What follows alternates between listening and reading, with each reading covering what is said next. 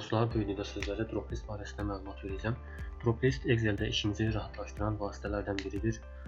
Fərz eləyək ki, belə bir cədvəlimiz verilib. Burada qeyd olunub işçi nömrəsi, ad, soyad və departamentlər. Biz hər bir işçinin qarşısına departamentlərə əlavə etməliyik. Departamentlərimiz bu qıraqda verilir, sağ tərəfdə maliyyə, marketinq, satış, hüquq və IT departamentləri. Və bunları əlavə etmək üçün biz bir-bir əllə daxil edə bilərik, amma bu bizim vaxtımızı çox aparacaq. Vaxtdan daha səmərəli istifadə etmək üçün biz Dropλistdən istifadə edə bilərik. Dropλisti əlavə etmək üçün ilk öncə ərazini seçirik.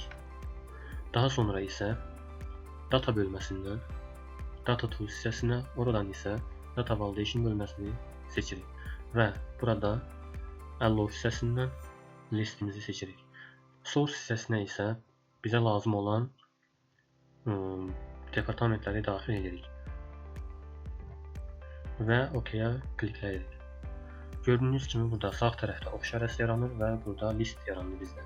İndi istədiyimiz departamenti əlavə edə bilərik hər bir işçinin qarşısına. Biz bu listi artırıb və yaxud da azalda bilərik. Azaltmaq üçün buradan silmə işini həyata keçirmək olar və yaxud da yenə də eyni qayda ilə ərazini seçdik